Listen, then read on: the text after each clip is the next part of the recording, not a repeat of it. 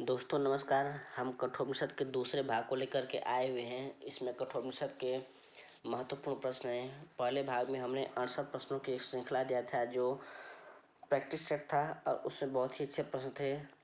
उसके बाद 2-3 किताबों का अध्ययन करने के बाद हमने सेकेंड पार्ट को बनाया है और इसमें ऐसे प्रश्नों को रखा गया है जो बिल्कुल परीक्षा उपयोगी हैं। आप पढ़ेंगे तो लगेगा कि प्रश्न वास्तव में बहुत ही अच्छे से प्रश्न रखेंगे इसमें। तो हम लोग कठोपनिषद से बनने वाले जो दूसरा भाग है और इसमें कौन से प्रश्न है उन प्रश्नों को देखेंगे। तो चलिए हम लोग चलते हैं अपने प्रश्नों को और देख लेते हैं कि कठोपनिषद के कौन कौन प्रश्न रखे गए हैं। तो कठोपनिषद से बनने वाले प्रश्न, तो चलिए हम लोग देखते हैं।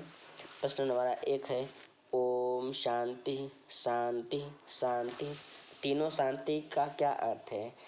तो कठोपनिषद में जैसे आप पढ़ेंगे, किताब खोलेंगे तो उसमें बिल्कुल यह प्रथम अध्याय की प्रथम वल्ली में आया हुआ है और यह शांति पाठ है। तो इसलिए रखा गया क्योंकि शुरू करने से पहले हो सकता है इसी से प्रश्न बन जाए। तो तीनों शांति का देख लेते हैं अर्थ। क रक्षा करें, ख पराक्रम पुरुषार्थ, ग हम दोनों में परस्पर द्वेष न हो, घ अधिदैविक अधिभौतिक आध्यात्मिक। सबसे महत्वपूर्ण बात मित्रों, जो हमने प्रश्न में जो विकल्पों को रखा है तो सभी विकल्प सही रहते हैं या किसी न किसी के अर्थ को प्रकट करते हैं। जैसे रक्षा करें, तो रक्षा करें नव धन अवतु नावतु का हो जाएगा। पराक्रम पुरुषार्थ, तो सहवीर्यम करवा वही, इस अर्थ में हो जाएगा। फिर हम दोनों में परस्पर द्वेष न हो, तो माँ विद्विषावहे, हम दोनों में गुरु और शिष्य में किसी प्रकार का द्वेष न हो। फिर अधिदैविक अधिभौतिक आध्यात्मिक, यही तीनों शांति का अर्थ हो जाएगा। हमारा उत्तर घ सही है। लेकिन क ख ग तीनों के अलग अलग अर्थ हैं जो बिल्कुल किताब में दिए गए हैं और सभी विकल्प सही हैं। तो 4 विकल्प में 4 अर्थ रखने का तात्पर्य होता है कि छात्र का ज्ञान बढ़े और छात्र परीक्षा में किसी प्रकार से अगर प्रश्न पूछता है तो हल कर ले जाए। तो इस दृष्टि से सब विकल्प को सही रखा जाता है, लेकिन प्रश्न के अनुसार हमारा उत्तर घ हो जाएगा। अगला देख लेते हैं, अधितम की व्याकरणात्मक टिप्पणी बताइए। अधितम, तो क अधिधन इंधन अकधन नपुंसके भावे, ख अधिधन ईधन शानच, ग तेजस्वी तेजस धनवीन धन नपुंसक लिंग प्रथम पुरुष एक वचन, घ इष्टम यश धन अकधन भावे। तो जो आप पढ़ेंगे तो उसमें आप देखेंगे कि अधिधन इंधन अकधन भावे हमारा ये सही है। लेकिन देखिए, तेजस्वी की व्याकरणात्मक टिप्पणी हमने रख दिया है ऑप्शन में कि तेजस धनवीन धन नपुंसक प्रथम पुरुष एक वचन की आप पढ़ेंगे, विद्यार्थी पढ़ेगा तो समझेगा कि तेजस की टिप्पणी विनी धन नपुंसक प्रथम पुरुष एक वचन में है और इष्टम यश धन अकधन भावे। तो आप पढ़े रहेंगे तो हो सकता है परीक्षा में ये पूछ दे तो आप तुरंत कर ले जाएंगे। इस उद्देश्य से विकल्प में अन्य भी प्रश्नों को रखा जाता है कि एक विकल्प से कम एक प्रश्न से 4 विकल्प से 4 प्रश्न से हो जाए। तो हमारा क का अधिकतम के व्याकरण का टिप्पणी हो जाएगा क। नावतु में संधि बताइए। क गुण संधि, ख परूप संधि, ग अयाद संधि, घ प्रकृति भाव संधि। तो आप इसका संधि विच्छेद करेंगे तो हो जाएगा नव धन अवतु, तो हो जाएगा अयादेश्वर संधि हमारा ग हो जाएगा। आगे, दक्षिणासु नियमानासु जिस सूत्र द्वारा प्रयुक्त हुआ है, किस सूत्र के द्वारा प्रयुक्त हुआ है? दक्षिणासु नियमानासु, क यस्य भाव लक्षणम, ग बहुनाम षष्ठी तस्य निर्धारण में षष्ठी, ग यावत शरदः वर्षवाची स्त्रीलिंग के द्वितीय बहुवचन कालाध्वर्योऽत्यंत संयोगे सूत्र से द्वितीया, ये सभी। तो हमारा हो जाएगा उत्तर क। यस्य भाव लक्षण से हो जाएगा सप्तमी। लेकिन यावत शरद का पूछे तो वर्षवाची स्त्रीलिंग में द्वितीय बहुवचन में कालाध्वर्योऽत्यंत संयोग सूत्र से द्वितीय हो जाएगा। कब? ये ग पूछेगा तब। हमारा क उत्तर सही, लेकिन विकल्प की व्याख्या कर देंगे तो ये विकल्प भी सही है। बहुनाम पूछता है तो ये तस्य निर्धारण में षष्ठी। तो हमारा प्रश्न के अनुसार दक्षिणासु नियमानास में सस्य भाव लक्षण ऑप्शन क सही हो जाएगा। आगे, श्रद्धा को शंकराचार्य ने क्या कहा है? क अष्टबुद्धि, ख ऋत, ग गुहा, घ पंचाग्नि। तो श्रद्धा को शंकराचार्य ने अष्टबुद्धि का है, 5वें का क हो जाएगा। अगला, दुग्ध दोहा प्रश्न नंबर 6वां है। क दो धन अक धन दो धन घय भावे यासा ताम बहुव्रीहि ताह बहुव्रीहि। ग ख जगधम अधन अक्त ग दुहि दुहि जा चुकी। घ इनमें से कोई नहीं, तो हमारा सही उत्तर हो जाएगा दो दोहा का दो धन अगधन दो धन भावे क से हो जाएगा। देखिए, लेकिन जगधम का पूछे तो अधन अक्त ये भी सही है और दुहि जाच की ये भी सही है, लेकिन प्रश्न दोहा के अनुसार हमारा क सही हो जाएगा। प्रश्न नंबर 7वां, सक्षम का अर्थ बताइए। क फसल, ख अनाज, ग खेती, घ ग सही। तो आप पढ़ेंगे तो उसमें आया हुआ है सक्षम का अर्थ होता है फसल भी है और खेती भी है, तो हमारा उत्तर ग हो जाएगा, घ क ग सही। 8वां है वैश्वानर का अर्थ बताइए। वैश्वानर का क ऋष्यन्दक वृषणी कृष्यश्च। ख वैवस्वत यम के लिए आया है। ग विश्वानर धन अण, घ अग्नि के रूप में। तो प्रश्न 8वें का हो जाएगा घ अग्नि के रूप में। 9वां प्रश्न है अतिथि में समास बताइए। क शांत संकल्प बहुव्रीहि, यानी शांत संकल्प में बहुव्रीहि समास है। ख यमुना सुशोभनम मन मनः यश बहुव्रीहि। ग अविद्यमाना तिथियस्य सह बहुव्रीहि। घ वीतमन्यु बहुव्रीहि। तो देखिए, सब में उस बहुव्रीहि को एक साथ रख दिया गया है कि आप ग्रंथ पढ़ेंगे तो शांत संकल्प में पूछेगा तो बहुव्रीहि समास मार देंगे। सुमना सुशोभनम मन यश स बहुव्रीहि मार देंगे। ग अविद्यमाना तिथि यश स बहुव्रीहि मार देंगे। घ वीतमन्यु भी बहुव्रीहि में बहुव्रीहि समास है, लेकिन हमारा प्रश्न के अनुसार समास हो जाएगा ग उत्तर हो जाएगा बहुव्रीहि समास। संगतम का अर्थ बताइए। संगतम का अर्थ क संगत, ख आशा प्रतीक्षे ज्ञान ज्ञात अज्ञात पदार्थों की प्राप्ति। ग वृंगते नष्ट कर देता है। घ सत्यप्रिय वाणी सुनितम। तो प्रश्न नंबर 10 का हो जाएगा क संगत। आशा प्रतीक्षे में समास बताइए।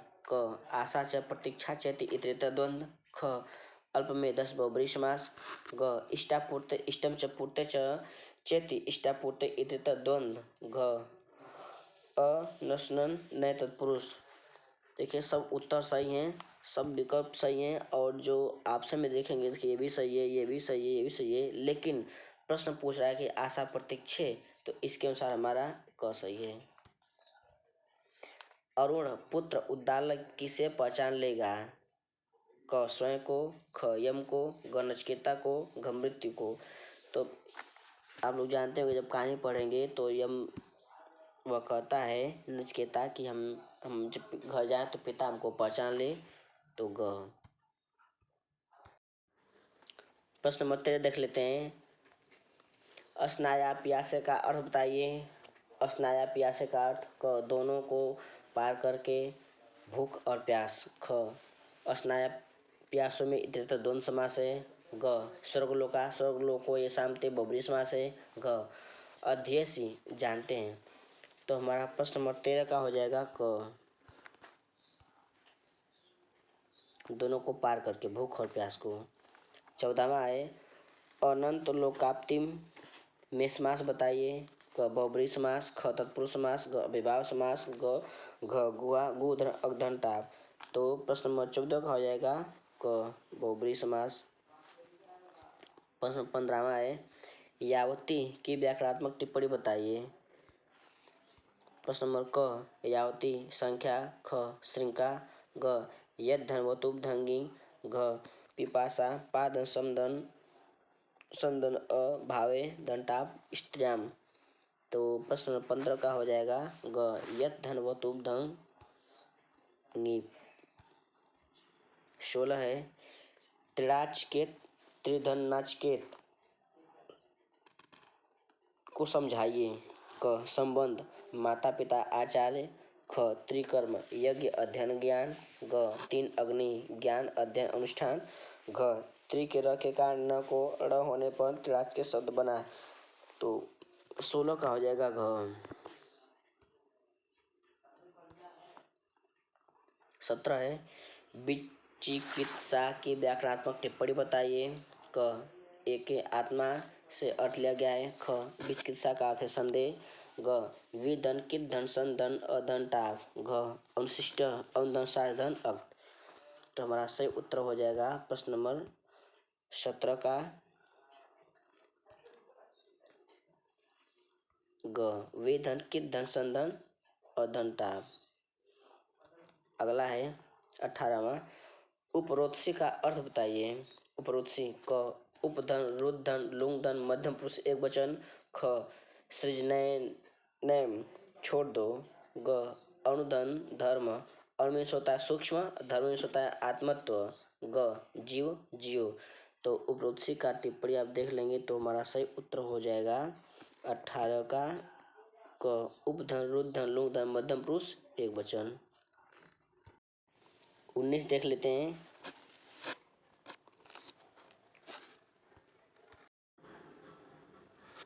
कामानाम ताम काम भाजम करोमि सुक्ति का अर्थ बताइए।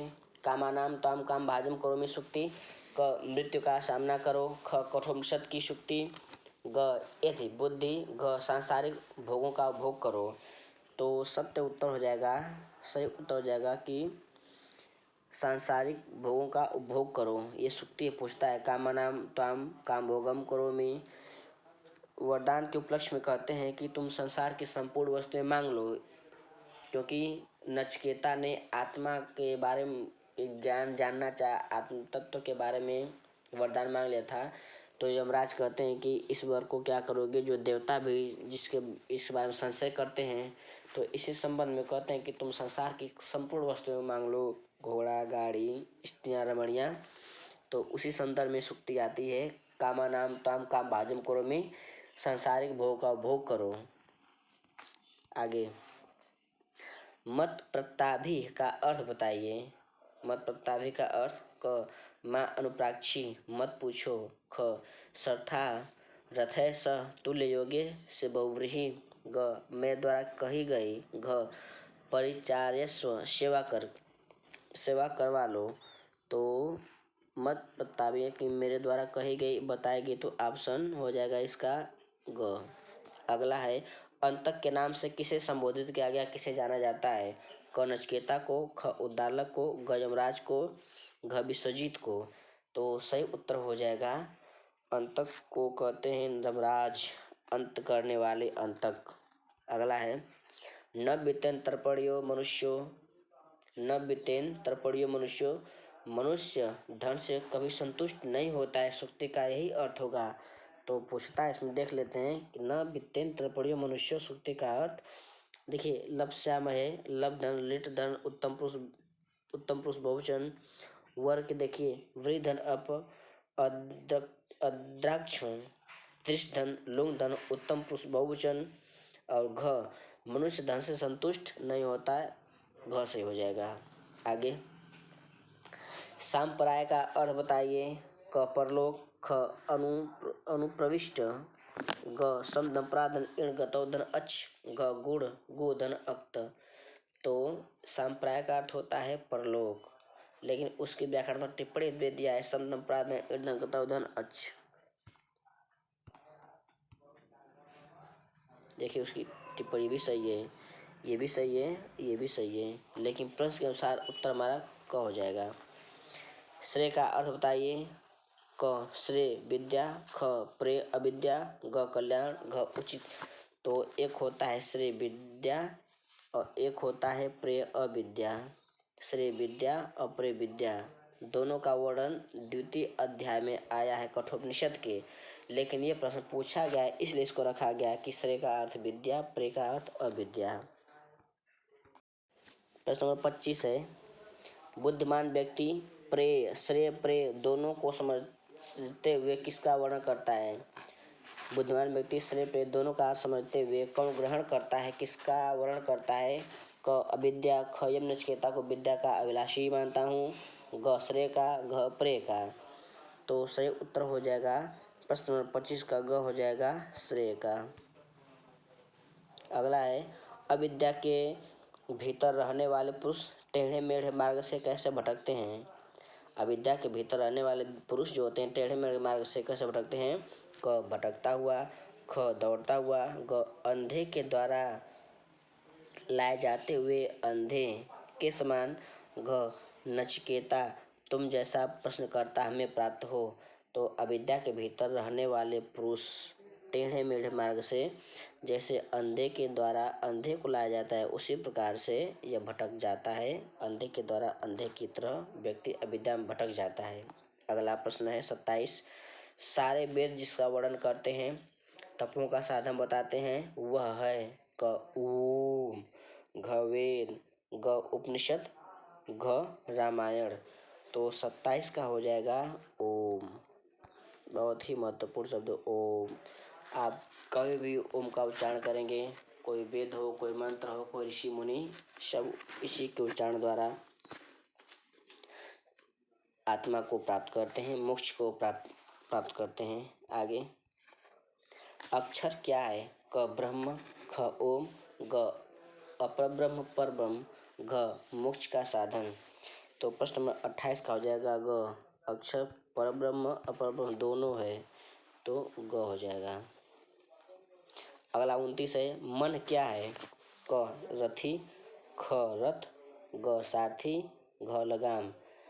तो मन प्रश्न 29 का हो जाएगा घ लगाम है। आगे शरीर क्या है। क रथ है, ख सारथी है, ग रथी है, घ लगाम है। तो दोस्तों शरीर तो 30 का हो जाएगा शरीर रथ है। 30 का क शरीर रथ है। 31 प्रश्न देख लेते हैं। मनीषी इंद्रियों को क्या कहते हैं। क घोड़े, ख हाथी, ग गधा, घ सिंह। तो मनीषी इंद्रियों को घोड़े बताते हैं तो 31 का हो जाएगा क।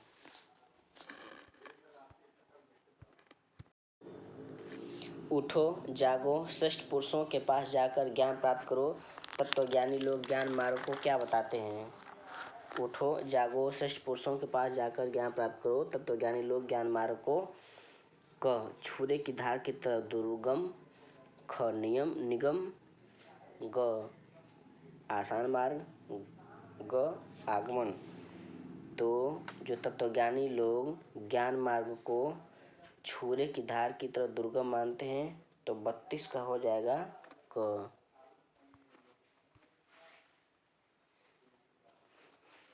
अगला है भाष्यकार शंकराचार्य ने श्रद्धा को क्या कहा है। श्रद्धा को भाष्यकार शंकराचार्य ने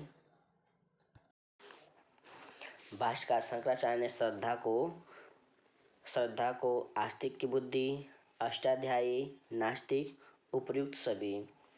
तो श्रद्धा को आस्तिक की बुद्धि बताया गया है क हो जाएगा।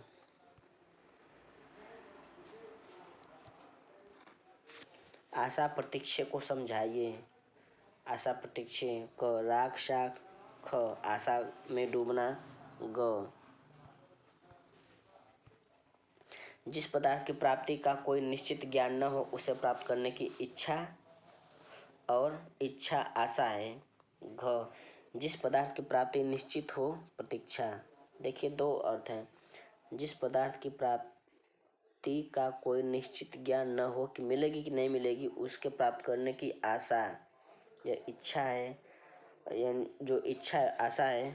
और घ जिस पदार्थ की प्राप्ति निश्चित हो वह प्रतीक्षा है, यानी ये निश्चित है कि हमको मिलेगा तो उसको प्रतीक्षा और एक आशा की जाए कि मिलेगा कि न मिलेगा तो वह इच्छा जताई जाती है। तो घ देखिए ग भी सही है, ग और घ दोनों सही है। जिस पदार्थ की प्राप्ति का कोई निश्चित ज्ञान न हो उसे प्राप्त करने की इच्छा आशा है, और जिस पदार्थ की प्राप्ति का निश्चित हो कि हमको वस्तु मिलेगी तो प्रतीक्षा है। तो ग घ दोनों सही है। अगला इष्टापूर्ति को समझाइए। इष्टापूर्ति क केवल ग सही है। ख ग घ दोनों सही है। ग ऋतु कर्म या यज्ञ आदि कर्म इष्ट है। घ तालाब पोखरा खुदवाना वृक्षारोपण आदि पूर्त है। देखिए इसमें दो शब्द हैं, एक है इष्टापूर्ति। देखिए ऋतु कर्म यज्ञ करना इष्ट है और तालाब पोखरा खुदवाना वृक्षारोपण ये पूर्ति है या पूर्त है। तो दो ग और घ दोनों सही है, ये भी सही है, ये भी सही है। अगला श्रृंखला का अर्थ बताइए। क शब्दवती रत्नमय माला। ख कर्म की अकुत्सित गति। ग क ख दोनों। ग कोई नहीं। तो 36 का सही उत्तर हो जाएगा ग।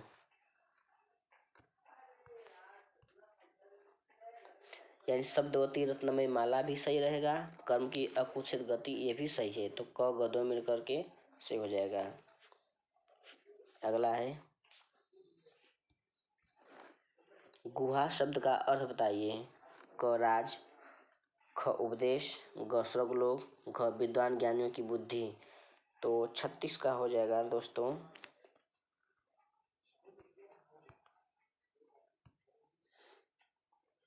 ये घ रहेगा, विद्वानों ज्ञानियों की बुद्धि। स्वभावा का अर्थ बताइए। स्वभावा का क स्वभाव सताम येषां ते बहुब्रीहि। ख क्षण अस्थायी क्षणिक। ग भाष्यकार के अनुसार आने वाला कल भी क्षणिक है। ग उपयुक्त सभी। तो जो स्वभावा का अर्थ हो जाएगा, भाष्यकार कहते हैं कि आने वाला कल क्षणिक है, ग हो जाएगा। और क स्वभाव सताम येषां ते बहुब्रीहि। तो हमारा 37 का हो जाएगा ग और ख। तो उपयुक्त सही हो जाएगा घ हो जाएगा, क्योंकि ये सही है, ये व्याकरणात्मक टिप्पणी में आ जाएगा समास में और ये अर्थ हो जाएगा। तो हमारा 37 का घ हो जाएगा। 35 देख लेते हैं। सांपराय का अर्थ क परलोक। ख समधन पराधन एवं गतव धन अच्छ। ग भाष्य के अनुसार परलोक ही है। तो 38 का हो जाएगा ग उपयुक्त सभी। अगला है योगक्षेम का अर्थ बताइए। योगक्षेम क समाहार द्वंद्व। ख हेतु सूत्र से कारण अर्थ में पंचमी। ग वस्तु प्राप्ति की रक्षा। घ उपयुक्त सभी। तो प्रश्न नंबर 39 का हो जाएगा उपयुक्त सभी घ। अगला है विसूची का क्या अर्थ है। विसूची क रामायण। घ विषय। ग नाना या विभिन्न दिशाओं में जाने वाली, इनमें से कोई नहीं। तो 40 का हो जाएगा ग। अगला है सेवधि को समझाइए। सेवधि क निधि कोश। ख अवधि। ग समय। ग द्रष्टव्य। तो प्रश्न नंबर 41 का हो जाएगा क।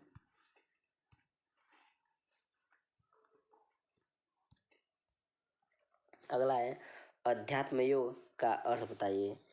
तो अध्यात्म योग का सही अर्थ रहेगा रामायण महाभारत कर्म ज्ञान। घ आत्म प्राप्ति के साधन भूत। तो 42 का सही उत्तर हो जाएगा घ। अगला है ऋत शब्द का अर्थ बताइए। ऋत कर्मफल ज्ञानफल परिणित कोई नहीं। तो 43 का हो जाएगा क कर्मफल। तो मित्रों ये रहे हमारे 43 इम्पॉर्टेंट प्रश्न। आप इसे देखिए, हल कीजिए और कमेंट मार्क्स में बताइए कि आपके कितने प्रश्न सही हो रहे हैं और प्रश्न कैसे हैं, क्या ये प्रश्न एलटी में पूछे जा सकते हैं। हमें तो लगता है कि जो विद्यार्थी इतने प्रश्नों को हल कर लेंगे और कठोपनिषद की भूमिका को पढ़ लेंगे, कहानी को पढ़ लेंगे, तो शायद 2 से 3 नंबर इसमें से आ सकते हैं। तो आप लोग वीडियो को देखिए और ज़्यादा से ज़्यादा लाइक कीजिए, शेयर कीजिए, सब्सक्राइब कीजिए। धन्यवाद।